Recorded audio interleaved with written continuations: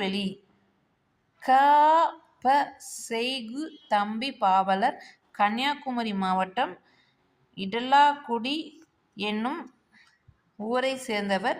சீறாபுராணத்திற்கு உரை எழுதியவர்.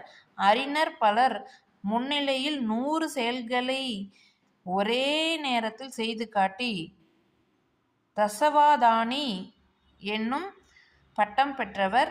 இவர் நபிகள் நாயக மான்மிய மஞ்சரி, திரும தினத்து அந்தாதி உள்ளிட்ட பல நூல்களை எழுதியுள்ளார். நீதி வெண்பா என்னும் நூலில் இருந்து ஒரு பாடல் நமக்கு பாடமாக தரப்பட்டுள்ளது. எதுகை அருளை மருளை அருந்துவம் பொருத்துவம் ஆகிய சொற்களில் இரண்டாம் எழுத்து ஒரே எழுத்தாக உள்ளது. முதல் எழுத்து அளவொத்து குறிலாக உள்ளது. இவ்வாறு முதலெழுத்து அளவொத்ததாக இருக்க இரண்டாம் எழுத்து ஒன்றி வருவது எதுகை தொடை ஆகும்.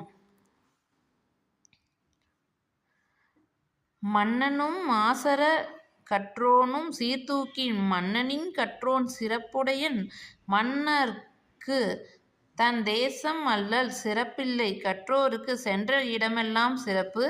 ஔவையார். கல்வியானது நமது டேஸ் துணையாய் அமைகிறது. அருந்துணை என்னும் சொல்லை பிரித்தெழுத கிடைப்பது டேஸ். கல்வி பிளஸ் என்றே என்பதனை சேர்த்தெழுத கிடைக்கும் சொல் டேஸ் கல்வியன்றே. குருவினா கல்வியை ஏன் போற்றி காக்க வேண்டும்? சிந்தனை வினா கல்லாதவர்க்கு ஏற்படும் இழப்புகளாக நீங்கள் எவற்றை கருதுகிறீர்கள்? இந்த கேள்விக்குண்டான பதில்களை கமெண்ட் பண்ணுங்க. இயல் 3 துன்பத்தை வெல்லும் கல்வி. கல்வி அழகே அழகு என்பர் பெரியோர்.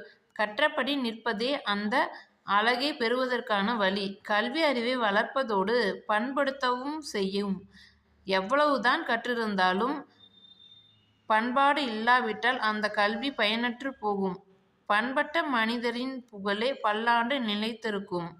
எனவே படிப்போம், பண்பாட்டோடு நிற்போம், பார்ப்போற்ற வாழ்வோம்.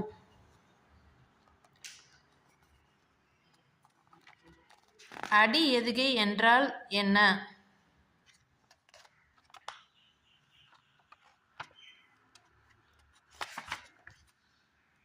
தசவதானி என்னும் பட்டம் பெற்றவர் யார்?